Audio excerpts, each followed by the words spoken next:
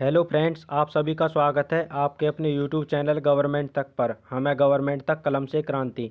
तो फ्रेंड्स, आप सभी कैसे हैं? आशा करते हैं आप सभी अच्छे होंगे और अच्छे से अपनी पढ़ाई भी कर रहे होंगे।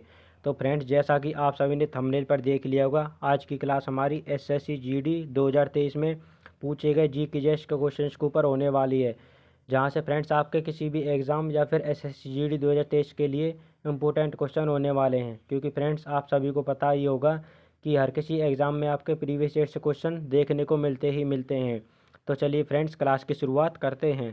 क्वेश्चन नंबर 1, भारत में हरित क्रांति का पहला चरण डैश के दशक के मध्य से डैश के मध्य तक चला।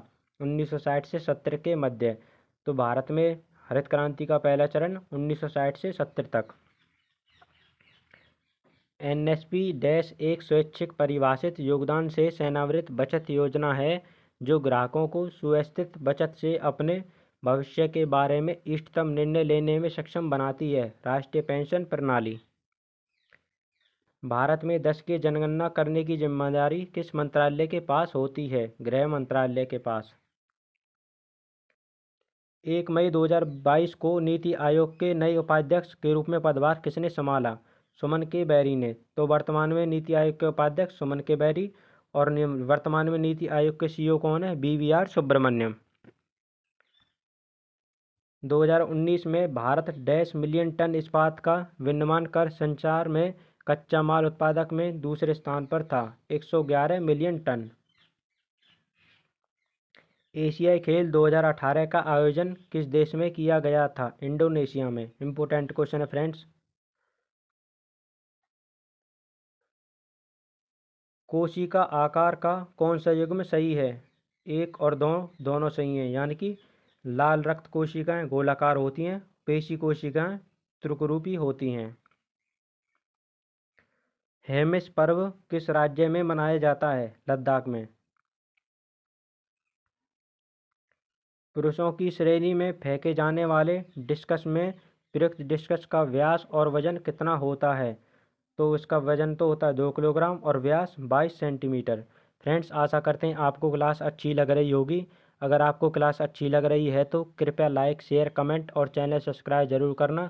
और फ्रेंड्स, बेल आइकन प्रेस करना ताकि हर क्लास का नोटिफिकेशन आपके पास सबसे पहले पहुंच सके। कौन से तत्व की परमाणु संख्या 33 है? आर्सेनिक की। तो आर्सेनिक परमाणु संख्या 33। ऊपर से मृदा की तीसरी परत की पहचान कीजिए। अधसतरीय, अक्षीय, आधारी चट्टान। कौन सा कर्तव्य भारतीय संविधान में 42वें संशोधन से नहीं जोड़ा गया? 6 से 14 वर्ष की आयु के बीच बच्चों को शिक्षा का प्रदान करना।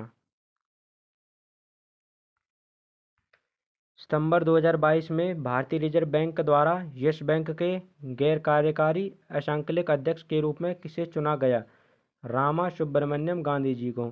फ्रेंड्स, आपको हमारी इन सभी क्लासेस की PDF हमारे टेलीग्राम चैनल पर दी जाती है। और फ्रेंड्स, आपको टेलीग्राम चैनल पर रोजाना क्विज, करंट अफेयर से रिलेटेड क्वेश्चन और इंपॉर्टेंट क्वेश्चन दिए जाते हैं, तो वहाँ से भी आप अपनी तैयारी में बेहतरीन कर सकते हैं। और फ्रेंड्स, अगर आपको कोई सवाल है, जवाब हो, तो उसके लिए आप हमें इंस्टाग्राम पर मैसेज कर सकते हैं। तो चलिए फ्रेंड्स, आगे बढ़ते हैं। 1971 में भारत पाक युद्ध के समय कौन सी पंचवर्षीय योजना चल रही थी? चौथी। गोम्फ नृत्य किस राज्य का एक लोक नृत्य है? गोवा। डैश के पास भारत में बैंक नोट जारी करने का एकमात्र अधिकार है? RBI, भारतीय रिजर्व बैंक। अपर्णा सतीशन को किस नृत्य शैली में उत्कृष्ट योगदान के लिए प्रतिष्ठित भारत शास्त्रीय नृत्य प्रवीण राष्ट्रीय पुरस्कार से सम्मानित किया गया? कुचिपुड़ी। तो अपर्णा सतीशन का संबंध किस नृत्य शैली से? कुचिपुड़ी। और कुचिपुड़ी कहाँ का नृत्य है? आंध्र प्रदेश। भरतनाट्यम तमिलनाडु, कथकली केरल। मौर्य साम्राज्य इतना बड़ा था इसलिए हिस्सों पर अलग अलग शासन किया जाता था। डैश के आसपास के इलाकों पर सम्राट का सीधा नियंत्रण था? पाटलिपुत्र। तो पाटलिपुत्र के आसपास के इलाकों पर किसका नियंत्रण था? मौर्य साम्राज्य का। निम्नलिखित में से क्या राष्ट्रपति पद के उम्मीदवार के लिए एक आवश्यक योग्यता नहीं है? उच्च शिक्षा। किस किस की आवश्यकता होती है? लोकसभा के सदस्य के रूप में चुनाव के लिए योग्य, 35 वर्ष की न्यूनतम आयु, भारत का नागरिक। खलीफा की तत्कालिक शक्तियों की रक्षा के लिए डैश में मुंबई में एक खिलाफत समिति का गठन किया गया 1919 में। तो खिलाफत समिति का गठन 1919 में मुंबई में। तो फ्रेंड्स, ये थी आपकी छोटी सी क्लास जिसमें हमने आपके एसएससी जीडी 2023 में पूछे गए जीके जीएस के क्वेश्चंस कवर किए हैं। तो आशा करते हैं आपने क्लास अच्छे से ज्वाइन की होगी। और फ्रेंड्स, मिलते हैं एक और ऐसी बेहतरीन सी क्लास में। तब तक के लिए जय हिंद, जय भारत।